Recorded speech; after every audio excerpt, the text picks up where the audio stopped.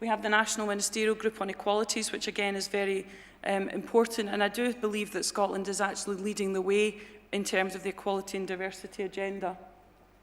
We've got family-friendly working guidelines and a new policy on to try and stamp out maternity discrimination at work. We had the shared parental leave policies across the UK, but interestingly, the take-up of men has been very, very low in terms of shared parental leave.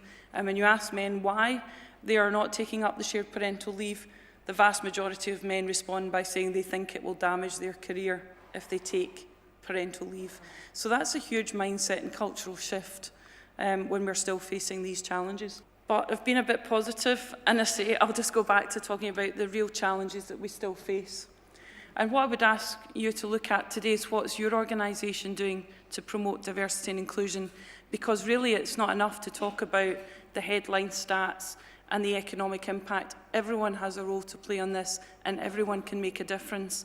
And it really does need to come from the top of an organisation, and it needs to filter through. That's the absolute key that we have found in terms of talking to companies. If a chief executive or a chair gets it, it must then filter throughout the organisation.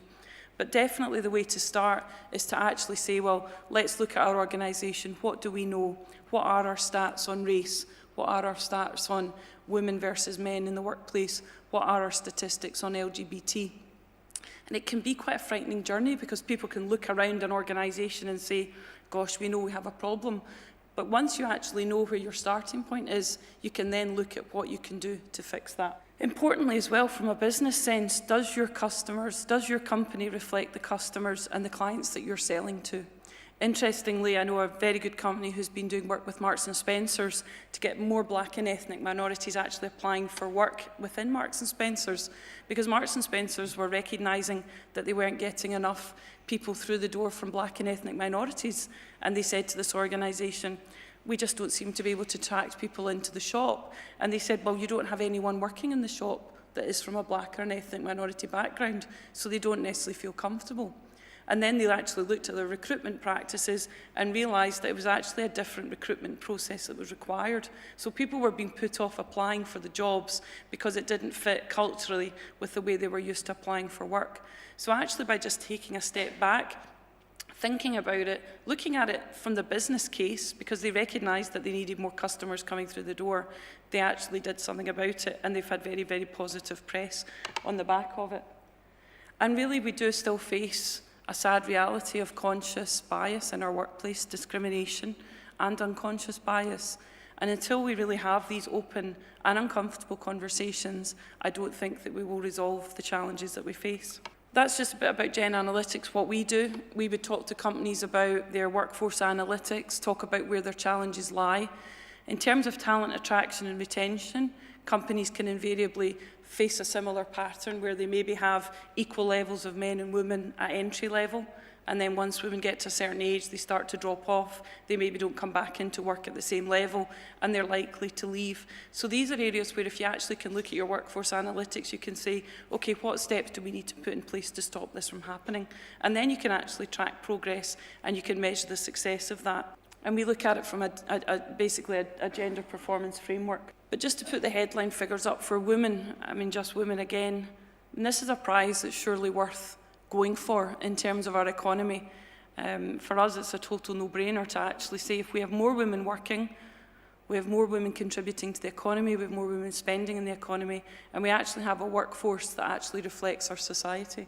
Diverse workforces get best talent, they can attract talent, and they can retain talent. One very positive thing about the gender pay gap for us, potentially not for businesses that are reporting high pay gaps, is that that information is visible to anyone. It will be published on a government equalities website, and it has to be published on individual companies' websites. So if you're looking to change jobs or you're looking to move into a new sector, you can say, well, okay, this is a company I'm going for an interview for. I'm going to have a look and see what their gender pay gap is.